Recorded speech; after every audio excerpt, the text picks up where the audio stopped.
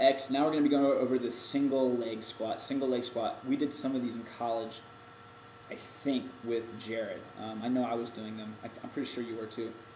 Some of your guys won't be able to do a single leg squat. Let me give you an example. So if one of your guys is squatting and his leg's like, and he's going down like this and he can't hold it, he's not ready for the squat, and that's okay, okay? What I'm looking for, let me give you a side view first. Actually, we'll go this way. This is my right leg. What I'm looking for is foot to be flat, not coming off the heel, not coming off the ball of the foot, but a nice, stable, firm foot. If there's a little wobble, we'll let that go for now. Little wobble's okay, but huge wobble I can't control, bad. Okay, so I'm going to try to get my leg foot real still.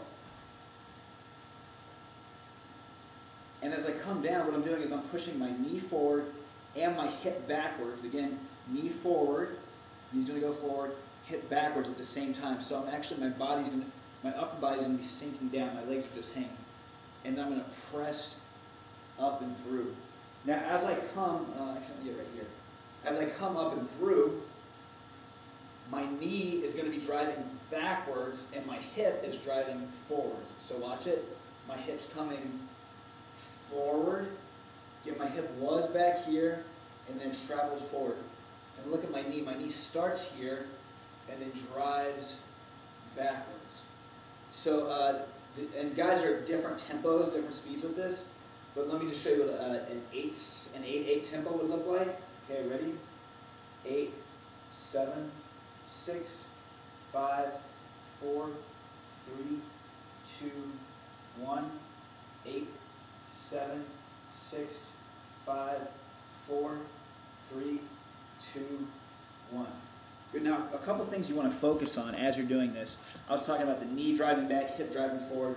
But what I want to feel is as I'm coming up, my butt should be really engaged. It should be tight. And as I'm pulling my hip through, that glute muscle should be shortening.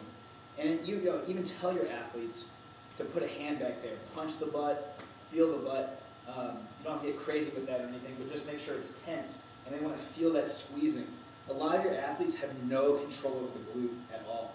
And the only reason I say that is just the likelihood of that is very likely. Athletes have a really hard time feeling their glutes, which is crazy because glutes, they're huge, powerful muscles, absolutely necessary for sprinting, jumping, running, cutting side to side, whatever.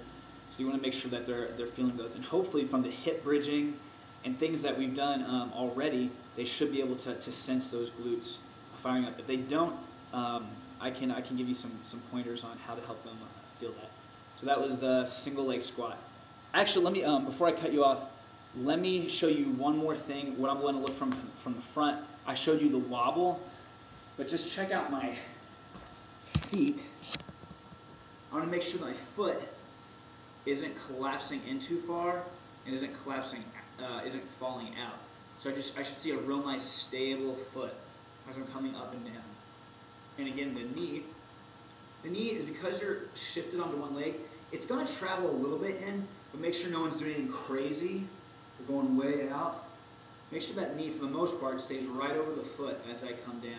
And you can see the angle of my thigh, it's kind of in, that's completely fine. Okay. So hopefully you found that to be helpful, Xavier.